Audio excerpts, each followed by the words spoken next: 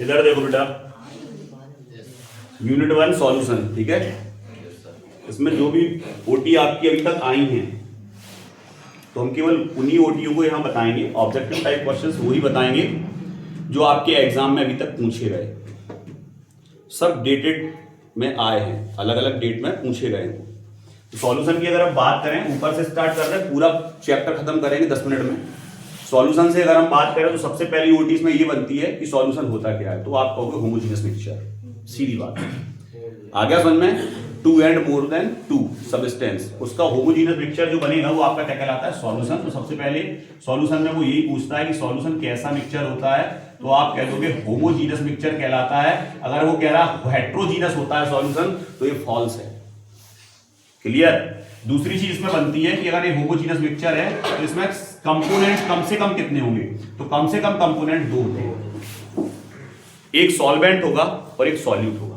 तो 2 कंपोनेंट से मिलने पर ही आपका सॉल्यूशन होगा, एक सॉल्यूट होगा और एक सॉल्वेंट होगा।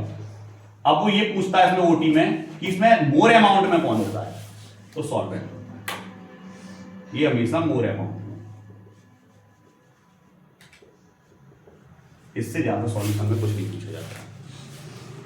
अब बात करते हैं सॉल्यूशन के बाद 4 चीजें हम इसमें पढ़ते हैं। सबसे पहला कैपिटल एम, जिसको हम बोलते हैं मोलैरिटी।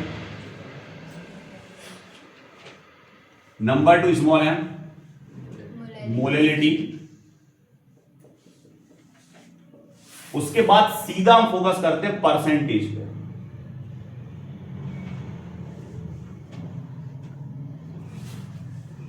कभी कभी ये परसेंटेज कंसंट्रेशन करके ही पूछा जाता है। ये सॉल्यूशन होता है, उसकी कंसंट्रेशन कैसे निकालते हैं। तो परसेंटेज में आता था ऊपर आपका 1 कंपोनेंट और टोटल कंपोनेंट है ना, उनका क्या मास, मास ऑफ 1 कंपोनेंट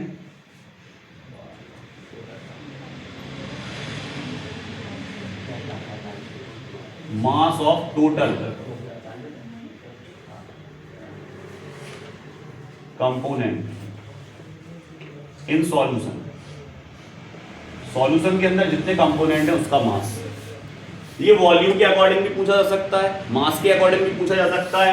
अगर आपने इसमें इंटू 10⁶ कर दिया, इट इज कॉल्ड ppm। और अगर इसमें आपने 100 से मल्टीप्लाई कर दिया तो इट इज कॉल्ड परसेंटेज।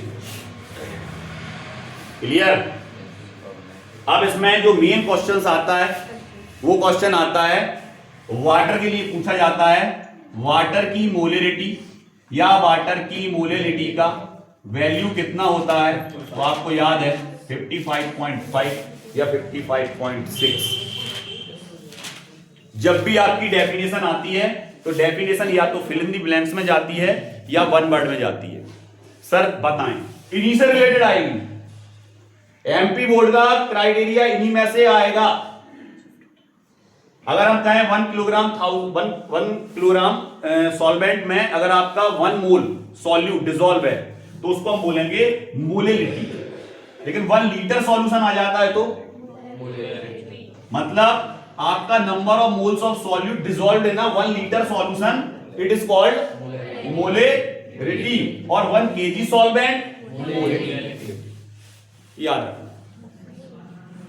अब इसके बाद आगे बढ़ते हैं हम, तो मोलरिटी और मोलैलिटी से रिलेटेड छोटे छोटे से क्वेश्चंस आते हैं और वो ऑब्जेक्टिव में आते हैं। कैसे, जैसे उसने कह दिया हमारे पास 5 ग्राम NaOH है, बिल्कुल छोटे छोटे से क्वेश्चंस आते हैं और ये कभी भी आपको सवाल न्यूमेरिकल 2 मार्क्स में नहीं मिलेगा। इतना छोटा सवाल ये आपको ऑब्जेक्टिव टाइप में मिलेगा। 5 ग्राम NaOH डिसॉल्व है, 500 ml सॉल्यूशन में पूछ सकता है, या वो 500 ग्राम सॉल्वेंट में पूछ सकता है। मतलब ml में पूछेगा तो मोलरिटी निकालोगे और ग्राम में पूछेगा तो ये। इतना छोटा सा सवाल आता है। NaOH का जो मोलर मास होता है वो होता है 40। जैसे अपन इसका वैल्यू रखते हैं, हमें पता है सर इसको निकालने का वो होता है WB upon MB into 1000 upon V A plus be in litre, solution का लीटर में, या फिर सीधा आएगा weight of solvent in gram. Clear? तो ये दोनों चीजें कहां रखी जाएंगी? यहां। ये मॉलिक्यूलर वेट कहां रखा जाएगा? यहां। कितने छोटे से न्यूमेरिकल्स आते हैं। अब बात करते हैं और आगे बढ़े। जैसे ही आगे बढ़े मेन टॉपिक स्टार्ट हो गए, कॉलिगेटिव प्रॉपर्टी। कॉलिगेटिव अगर प्रॉपर्टी की हम बात करें तो 4 होती हैं, बिल्कुल याद होना चाहिए।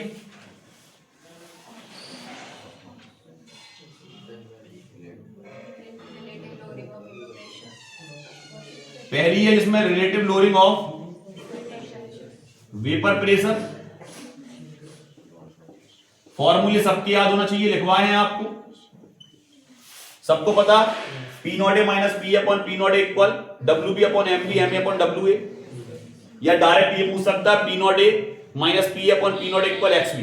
क्लियर? दूसरे नंबर पे आता है आपका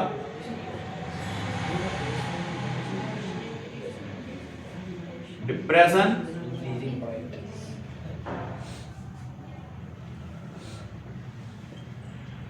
फ्रीजिंग पॉइंट, या आएगा एलिवेशन इन बॉइलिंग पॉइंट। और लास्ट में आता है आपका एक और ऑस्मोटिक प्रेशर। इसमें पहला ओटी मेन यही बनता है। ये चारों अगर आपको याद हैं तो वो ओटी में ये पूछता है इनमें से कौन नहीं है, ऑप्शन देता है वो, और फिर पूछता है आपसे कौन नहीं है। आ गया समझ में? या फिर हो सकता है ये 3 दे और एक नहीं होगा तो कौन नहीं है, आ गया समझ में? या 3 अलग दे और इनमें से कोई एक दे तो पूछेगा कौन है। आ गया समझ में? या तो ये पूछेगा कौन है या पूछेगा कौन नहीं है।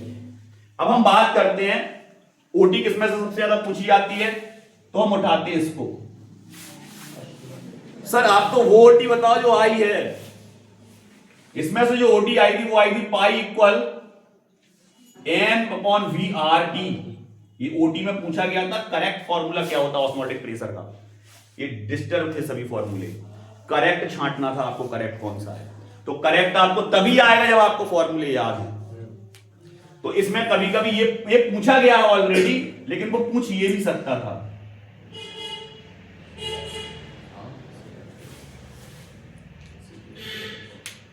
अब बात करते हैं इनके कभी भी बड़े फॉर्मूले ओटी में नहीं पूछे जाते। पूरा del T F K F इनका पूछा जाएगा तो ये पूछा जाएगा del T F directly proportional M, या पूछा जाएगा del T F equal K F into M.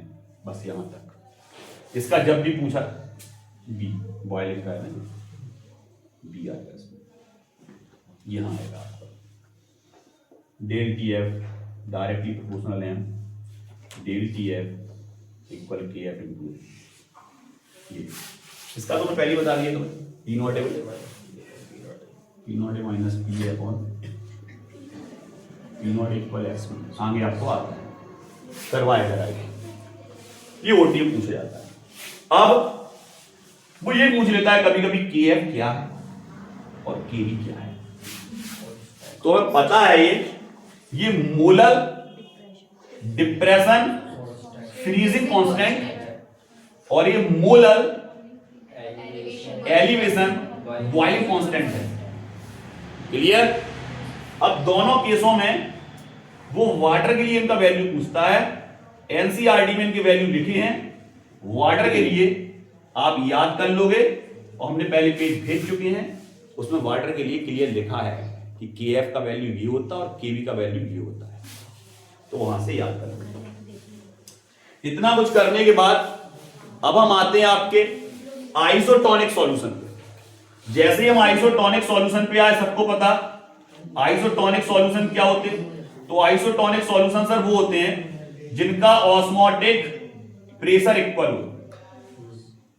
जिनका ऑस्मोटिक प्रेशर इक्वल हो वो आपके क्या कहलाते हैं? आइसोटोनिक सॉल्यूशन कहलाते हैं। अब आइसोटोनिक सॉल्यूशन और ऑस्मोटिक प्रेशर की अगर हम बात करें तो जिनका ऑस्मोटिक प्रेशर इक्वल होगा वो आइसोटोनिक सॉल्यूशन कहलाते हैं। अब इससे दो चीजें आती हैं, इससे रिलेटेड क्वेश्चंस आते हैं ऑस्मोसिस से, क्योंकि ऑस्मोटिक प्रेशर ऑस्मोसिस से रिलेट करता है। तो ऑस्मोसिस दो तरह के होते हैं, एक होता है एक्सोस्मोसिस और एक होता है बेटा एंडोस्मोसिस, है ना। एग्स में जैसे मान लो ये सेल है और इस सेल के अंदर पानी आ गया, टर्गेट हो जाएगी, फूल जाएगी। मान लें कि ये ऐसी अवस्था में पहले से टारगेट है तो ये फ्लैसिड हो जाएगी, सिकुड़ जाएगी। आ गया समझ में। यहां वाटर अंदर आ रहा, इट इज कॉल्ड एंड। यहां वाटर बाहर जा रहा, it is called x osmosis. इससे रिलेटेड वो थोड़ा सा बना के पूछ सकता है कोई भी क्वेश्चन। अगला क्वेश्चन अगर हम बात करें और क्या है सर, एक दो चीजें और रहेंगी बस इसमें, इसके अलावा क्वेश्चन आएंगे नहीं, यही मिलेंगे आपको। सबसे पहला हेनरी लॉ। अगर हम बात हेनरी लॉ की करें तो सबको पता है M is directly proportional P, और यहां एम नहीं है। अगर हम एनसीईआरटी की बात करें तो यहां लिखा रहता है एक्स, जो कि होता है mole fraction of solute, B solute को डिनोट कर रहा है बी से। Mole fraction of solute is directly proportional to pressure, ये हेनरी ने बताया था। तो इसके लिए वो ये दे देता है कभी कभी x इक्वल में आ जाएगा के एच इंटू पी, पूछ लेता है के एच क्या हेनरी कांस्टेंट है, और ऐसे पूछ लेता है x अपॉन पी इक्वल के एच करेक्ट फॉर्मूले के रूप में। तो ये करेक्ट फॉर्मूला है इसका, ये भी करेक्ट फॉर्मूला है इसका। क्लियर। अब बात करते हैं यहां पर आए हम और बात करते हैं हम वॉन-थॉप फैक्टर की। वॉन-थॉप फैक्टर की अगर हम बात करें बेटा तो सबको पता वॉन-थॉप फैक्टर किसके लिए क्या होता। जैसे ही हमने कहा I इक्वल 1, आप तुरंत कह दोगे ना तो डिसोसिएशन होगा ना ही एसोसिएशन होगा। ये वैल्यू जो निकल के आएगा वो नॉन इलेक्ट्रोलाइट के लिए होगा। क्लियर। नॉन इलेक्ट्रोलाइट के लिए होगा, तो हमें नॉन इलेक्ट्रोलाइट भी पता होना चाहिए। नॉन इलेक्ट्रोलाइट होता है जैसे ग्लूकोज C6H12O6, ठीक है, ग्लूकोज आ जाएगा इसमें। नॉन इलेक्ट्रोलाइट में आ जाएगा आपका बेंजीन C6H6, नॉन इलेक्ट्रोलाइट में आ जाएगा आपका, आ गया समझ में। तो जो नॉन इलेक्ट्रोलाइट होते हैं उनके लिए आई का वैल्यू हमेशा 1 होगा। अब आई का वैल्यू ग्रेटर देन 1 कब होगा, तो ग्रेटर देन 1 तब होगा आई का वैल्यू जब डिसोसिएशन होता है। क्या होता है, डिसोसिएशन होगा। कोई चीज टूट के ज्यादा बन रही, डिसोसिएशन होगा तो आई का वैल्यू ग्रेटर देन 1 होगा, और अगर एसोसिएशन होगा तो आई का वैल्यू स्मॉल देन 1 होगा। एसोसिएशन के लिए है।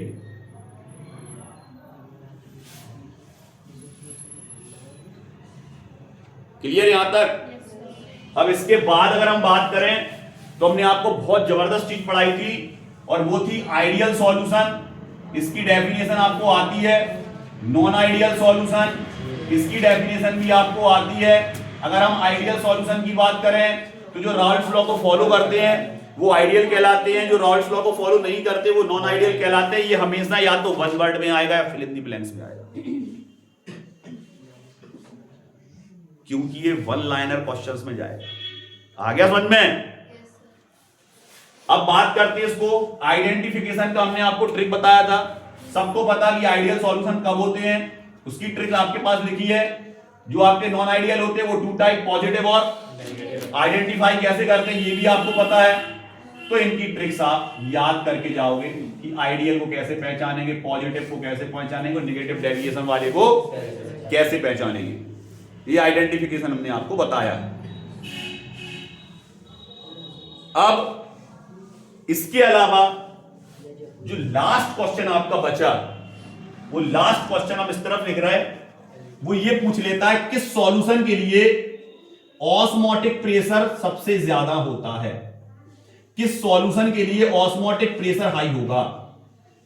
तो ये आपको याद रखना है, ऑस्मोटिक प्रेशर किसके लिए हाई होगा, तो जो डिसोसिएट ज्यादा होता है उसके लिए ऑस्मोटिक प्रेशर ज्यादा होता है। जैसे हमने लिखा NaCl, तो आपको पता है दो चीजों में टूटेगा सर, Na+Cl-, इससे केवल दो आयंस बनेंगे, मतलब इसका ऑस्मोटिक प्रेशर डबल हो गया, क्योंकि नंबर ऑफ मोल्स डबल हो गए। पहले एक NaCl था, दो अलग अलग Na और Cl हो गए, मतलब 2 मोल्स बने, 1 मोल 1 मोल। क्लियर? मोल्स देखा जाता है, इससे मतलब नहीं रहता कि ये उसी के आयंस हैं, छोटे हैं बड़े हैं, नहीं। साइज नहीं, साइज कोई मैटर नहीं करता, नंबर मैटर करता है। 1 से 2 बने, 1 से 3 बने।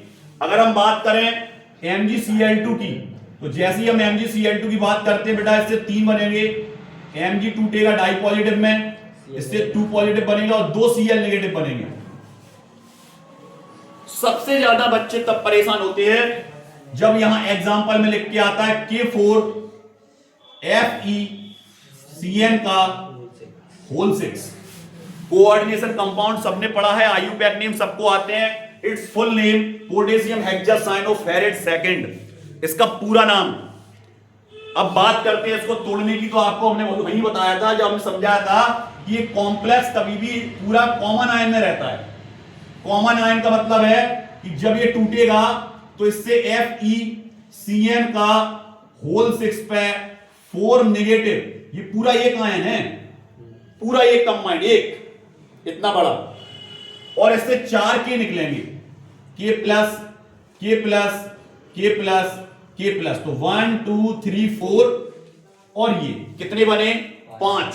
अगर एग्जांपल में ये आ रहा, ये आ रहा, ये आ रहा, तो सबसे ज्यादा ऑस्मोटिक प्रेशर इसका। अब हम बात करते हैं इसमें कि जब भी ये आता है कि क्वालिटेटिव प्रॉपर्टी किस पर डिपेंड करती है, तो आप सीधा सीधा एक आंसर दोगे वन लाइनर में, number of moles of solute. Number of moles of solute पर डिपेंड करता है,